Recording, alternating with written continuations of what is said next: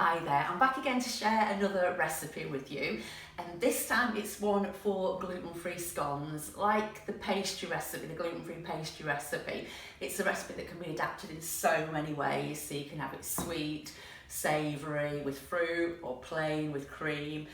So I'm just going to run through the recipe with you. The full recipe for it is on my blog Coeliac by Design, and also I'll write up the recipe in the description alongside the video as well. So firstly, into the flour, and I've got 225 grams of gluten-free self-raising flour. Today I'm using the Sainsbury's one. I've used the plain one as well with Sainsbury's. I'm really liking this at the moment. So this is the one I'm using today, the gluten-free self-raising. Into the 225 grams of gluten-free flour, I'm going to add an additional good teaspoon of gluten-free baking powder. This one I use is actually from Aldi, but you do always need to check on the tubs just to make sure that they are gluten-free and no additional gluten-containing ingredients in there or may contain. Also, unlike the pastry, I do actually put xanthan gum into my gluten-free scones. It holds the crumb together so much better. So when you're eating the scone, you've got more about it, more structure. Okay, so just rub that in there. Okay, and then to that I'm going to add 50 grams of cubed hard butter. You can also use a margarine as well. I'm a bit of a sucker for butter. I absolutely love it. So that is what I would always use for my baking. For my sponges and things, I tend to use a Lurpak spreadable. But for something like the scones or pastry, I would use the hard butter for that. So you just want to rub that in, and you do want to look for fine breadcrumbs with this. That's a texture you're looking for at the end. Unlike the pastry, again, the video that I've shared already, you're not worried about more liquid like the water getting in like you are with a pastry. We're going to be adding egg and milk to this in a second, so you know, and you're going to want the amount getting in there anyway. So yeah, so you just want to rub this in, okay, and then you're going to look, say, for fine breadcrumbs. So with the scone recipe I'm sharing with you today, I'm adding fruit to it, so I'm hardly putting any sugar in there. I'm literally just going to put 25 grams of sugar into the mix, which is absolutely great if you're in a low sugar diet. If I'm doing the scones plain, I would double it up. I would put the 50 grams of sugar in there because you do need that extra sweetness. But by the time you've got fruit in here, it doesn't really matter that you've not got that much sugar going in because the fruit will sweeten it. Okay, so that is absolutely more or less there. Okay, so to that now I'm going to add the 25 grams of caster sugar, and then 75 grams of sultanas. Sultanas are another thing you do just need to check about to make sure there's no may contain on the pack. Obviously, sultanas themselves are naturally gluten-free, but sometimes the way they've been manufactured, they can sometimes have a may contain on there, so just double check about that when you're picking them up. Okay, so that's fine there. Okay, just move this to one side. And then to that, you're going to add I've got one large beaten egg in the jug, and then to that I've actually made up the quantity up to 150 ml of liquid with milk. So just add that in. Now you might not always need the full amount going in there, so just add it gradually. Again, the beauty about working with gluten-free products is you're not going to make things tough like the pastry.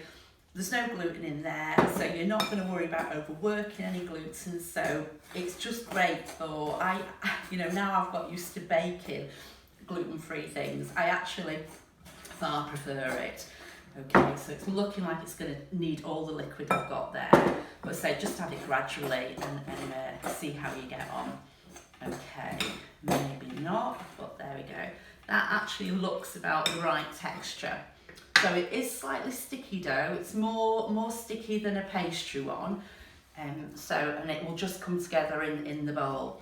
There's maybe slightly a little bit more liquid than I will put in there, but that doesn't matter because with a little bit of the flour, the gluten-free flour, I can just bind that together nicely. Okay, so there we go. So just then transfer it onto, I've got my mat on here because I'm using my table today, so it's perfect to have my little mat here. So just transfer it onto the mat and then just mould it into, just shape it with your hands and then just mould it into a round. I don't bother with a rolling pin at all with this. I just don't feel it needs a rolling pin. Just press it out gently with your hand dough. Okay. And then you sort of look in, I get about 6 scones out of this mixture. You can go larger or smaller, whichever you prefer. If you're gonna, you could even do like flavour of the scone mixture with cheese and make like little thin sort of biscuit things that could go with a stew. Anyway, so you're looking to sort of probably about 1.5 inches thickness, something like that, but about that you're looking at, which turns out a perfect scone. And I use this size scone cutter because that's the sort of one I like. Okay, and onto that then you're just going to transfer these onto a greased tray. So I've lightly greased that tray and just cut them out onto there and just transfer them on. Okay. And say normally I get about 6 out of here, and it looks like that's what's going to be happening today, so we should be all right with that. So we get one more cut out, and then I always end up making a little makeshift one at the end as well. Okay, so there we go, let's put that out there. And then that will just make a little makeshift one that's a very similar size to the others. There we go, okay. Now we're just going to brush this with some egg wash. You can, if you want, use the remainder. If you've got any milk in the egg left over, that's absolutely fine. I did have some egg wash ready done, so it's just to beat an egg, and I'll use that up in some scrambled egg or something like that, or it'll get popped into a cake. It won't go to waste. But I do like using the egg wash because I think it gives it a really nice glossy coat, so that's why I prefer to use the egg wash. And so you just paste that over there. Okay, there we go. Right, okay, now with these scones, I like to also chill them for about half an hour. I just feel that they hold the shape better in the oven by doing that. That's just my preference, it's entirely up to you. But I'm going to pop these in the fridge now for half an hour, just to chill.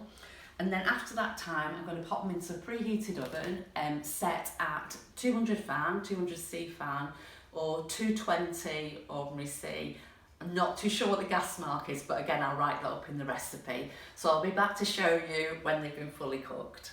I've chilled these scones and I'm just going to take them out of the fridge. They've been in there for about half an hour. You don't have to chill the scones, but I prefer to do that. I just think they hold the shape better when they go in the oven. And I'm just going to now pop them in the oven. They'll be in there for about 15 minutes. So it's on a 200 fan, 220C. And I'll just pop them in.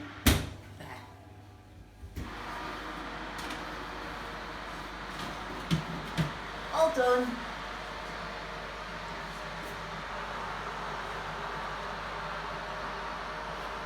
Okay, so they're all done, and you can tell when the scones are done because they'll go nice and brown on the bottom like that. So perfect. So we'll cool them and have one buttered with a cuppa later on.